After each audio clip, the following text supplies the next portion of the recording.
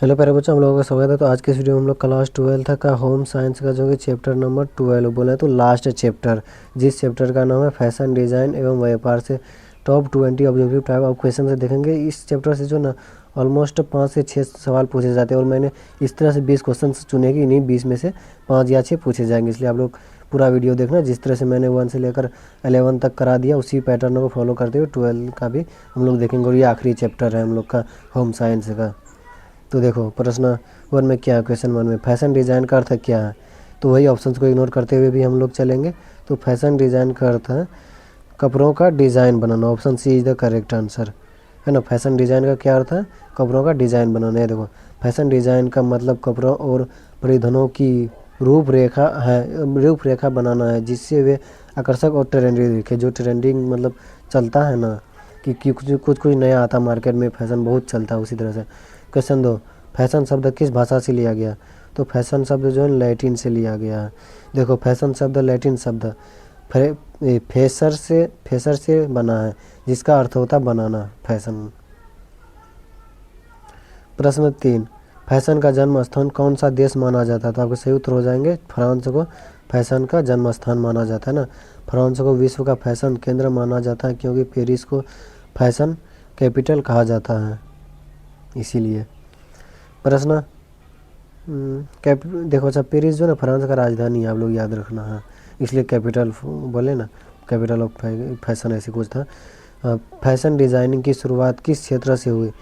तो fashion design की वस्त्र उद्योग से हुई। फैशन डिज़ाइन का शुरुआत है ना, फैशन डिज़ाइनिंग वस्त्र उद्योग से विकसित हुई जब लोगों ने कपड़ों को आकर्षक रूप देने की शुरुआत की। प्रश्न 5, फैशन डिज़ाइनर का मुख्य कार्य क्या होता है। तो फैशन डिज़ाइनर का मुख्य कार्य होता है कपड़ों की डिज़ाइन और पैटर्न बनाना। फैशन डिज़ाइनर का यही मुख्य कार्य होता है ना। डिज़ाइनर का काम कपड़ों का मॉडल, रंग और पैटर्न तैयार करना होता है। मतलब इस लेवल का क्वेश्चन आपको कहीं नहीं मिलेगा। पहले प्रश्न, फिर 4 ऑप्शन, इनमें से कोई एक सही, तो फिर आखिर वो एक सही क्यों, उसका व्याख्या। और वह अगर आप ऑप्शन से देख लेते नहीं पता चलता, व्याख्या पढ़ने के बाद भी एक अनुमान लगा लेंगे। अच्छा इसका मतलब ये है, तात्पर्य समझ में आ जाता है, जिससे आपको 2 नंबर वाले कॉन्सेप्ट मतलब प्रश्न बन जाते हैं। और साथ में ऑब्जेक्टिव रटा ही नहीं बल्कि कॉन्सेप्ट के साथ अगर यही प्रश्न 2 नंबर में पूछ लिया जाए तो वो भी बन जाता। और मैं डैम श्योर हूँ अगर आप लोगों ने चैप्टर नंबर 1 से लेकर 12 तक पूरा देखते आ रहा है तो ऑब्जेक्टिव 2 नंबर वाले का तो झमेला छोड़ ही दो, 2 नंबर वाला तो यही कवर कर लेगा अगर सारा का व्याख्या आप लोग अच्छा से पढ़े हो तो। प्रश्न 6 में क्या है, इसलिए बोलता हूँ चैनल को सब्सक्राइब कर लो क्योंकि इसी तरह से मेरे चैनल पर और भी सब्जेक्ट का है, आप लोग प्ले लिस्ट वाले सेक्शन में जाकर देख सकते हैं। हर बुक का चैप्टर वाइज है।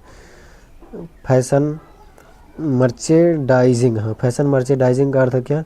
तो फैशन मर्चेडाइजिंग का अर्थ है कपड़ों की बिक्री और विपणन करना। मर्चेडाइजिंग में फैशन उत्पादों को ग्राहक तक पहुंचाना, मतलब बिक्री करना, पहुंचाना, और उनका प्रचार प्रसार शामिल है जिसको विपणन करना होता है, एडवर्टाइजिंग।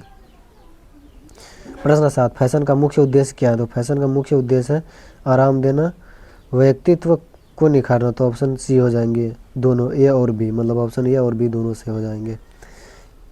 फैशन का उद्देश्य व्यक्ति को आराम और आकर्षक रूप दोनों प्रदान करता है, बोले ना, इसलिए व्याख्या आप लोग पढ़ा करो। और प्रश्न 8 क्या, कोचर, कोचर ही बोला जाएगा, हाँ। शब्द का संबंध किससे। कोचर शब्द का संबंध जो है कि फैशन से है ना। देखो हॉट कोचर फ्रेंच शब्द है, कौन सा शब्द है, कोचर या फिर हॉट कोचर फ्रेंच शब्द है जिसका अर्थ उच्च कोटि का फैशन डिजाइन होता है। प्रश्न 9, फैशन ट्रेंड को प्रभावित करने वाला सबसे बड़ा कारक क्या है। तो सबसे बड़ा कारक जो है ना समाज और संस्कृति है।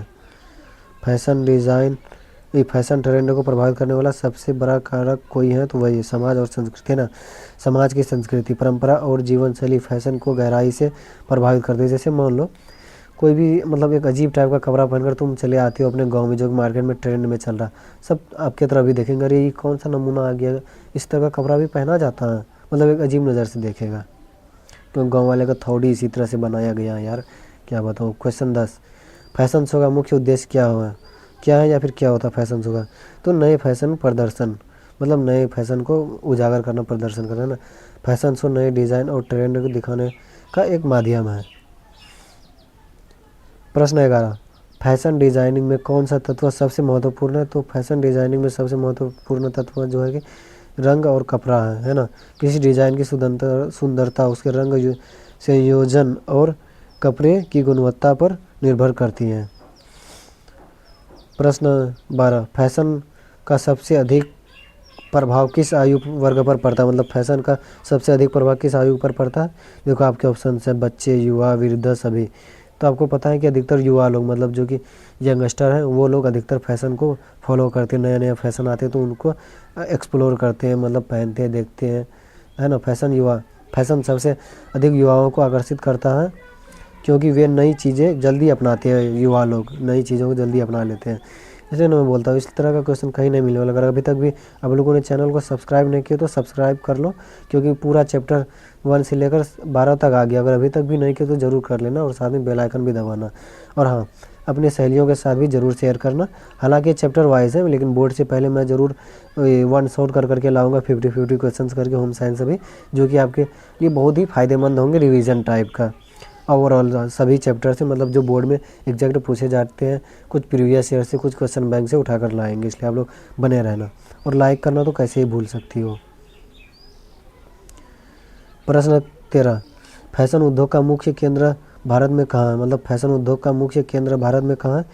तो आपके सही उत्तर हो जाएंगे मुंबई। मुंबई में ही भारत की फैशन और फिल्म इंडस्ट्री का प्रमुख केंद्र है। प्रश्न 14, फैशन डिज़ाइनिंग में ट्रेंड फोरकास्टिंग का मतलब क्या है? मतलब ट्रेंड फोरकास्टिंग का मतलब क्या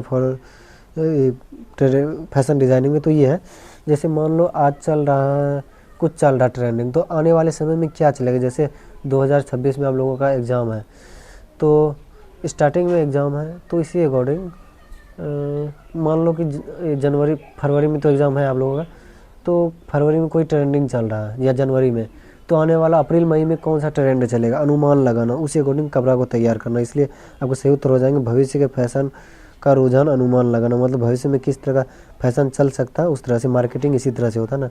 ट्रेंड फोरकास्टिंग के द्वारा भविष्य में आने वाले फैशन स्टाइल का पूर्वानुमान लगाया जाता है। पूर्वानुमान मतलब अनुमान लगाया जाता है।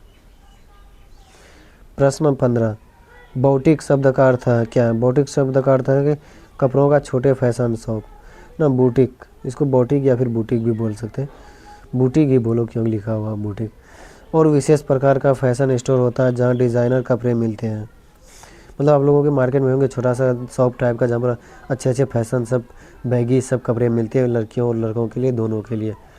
प्रश्न 16, फैशन डिज़ाइन में प्रेरणा का सबसे बड़ा स्रोत क्या है? तो फैशन डिज़ाइन में प्रेरणा का सबसे बड़ा स्रोत जो है कि प्रकृति है।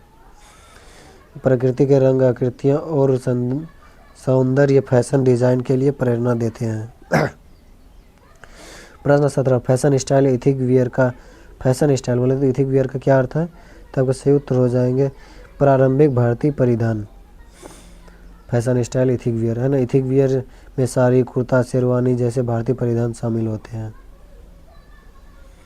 प्रश्न 18, रेडी टू वियर का क्या अर्थ है? मतलब तुरंत पहनने वाला, रेडी टू वियर जिसको हम लोग रेडीमेड कपड़ा जो बोलते जाते हैं दुकान पर ले लेते हैं सिलाया हुआ। रेडी टू वियर कपड़े वे होते हैं जो पहले से सिले हुए बाजार में उपलब्ध होते हैं, बोले ना रेडीमेड जिसको बोलते हैं। प्रश्न 19, फैशन पत्रकारिता का क्या अर्थ है? क्या कार्य है, मतलब क्या अर्थ है? तो आपको सही उत्तर हो जाएंगे फैशन से संबंधित जानकारी हाँ प्रकाशित करना। Option see the correct answer. यहाँ देखो क्या, फैशन पत्रकार फैशन ट्रेंड्स, डिज़ाइनर्स और शो के बारे में लेख लिखते हैं। प्रश्न 20, तो भारत में national institute of fashion technology NIFT की स्थापना कब हुई थी? तो सोचा था मैं कि इसको HW के तौर पर दे दूंगा, टास्क के तौर पर, क्या आप लोग बताओ। लेकिन 1986 पहले ही लिख गया, तो इसलिए आपके सही उत्तर हो जाएंगे 1986 नहीं दूंगा ये वाला। निफ्ट की स्थापना 1986 में हुई थी। यह भारत का एक प्रमुख फैशन शिक्षा संस्थान है। तो हम लोग का होम साइंस का चैप्टर वाइज का कहानी यही ख़त्म होता है। पूरा मैंने 1 से लेकर 12 तक बना लिया है। अगर आप लोगों ने नहीं देखे तो प्ले लिस्ट वाले सेक्शन में जाओ चैनल पर, वहाँ पर होम साइंस का chapter wise objective type of question से दिखेगा, VVI सब 2026 बोर्ड के लिए। तो आप लोग वहाँ पर क्लिक करके 1 से लेकर 12 तक देख सकते हो। और मैं गारंटी देता हूँ अगर 1 से लेकर 12 देखोगे तो 100% सही होगा, आपका सारा का सारा ऑब्जेक्टिव टिक करके आओगे। तो इसी तरह से और सब भी सब्जेक्ट का देख सकते हो चैनल पर जाकर। तो चलो बाय बाय, फिर मिलते हैं board time directly one shot सबके साथ।